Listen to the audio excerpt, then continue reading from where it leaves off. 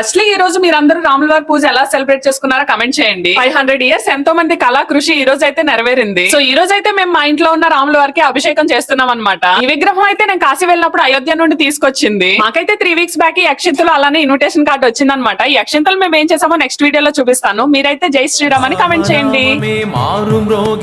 భారతావనిలో రామచంద్రుడే తిరిగి వచ్చెను అయోధ్య నగరానికి.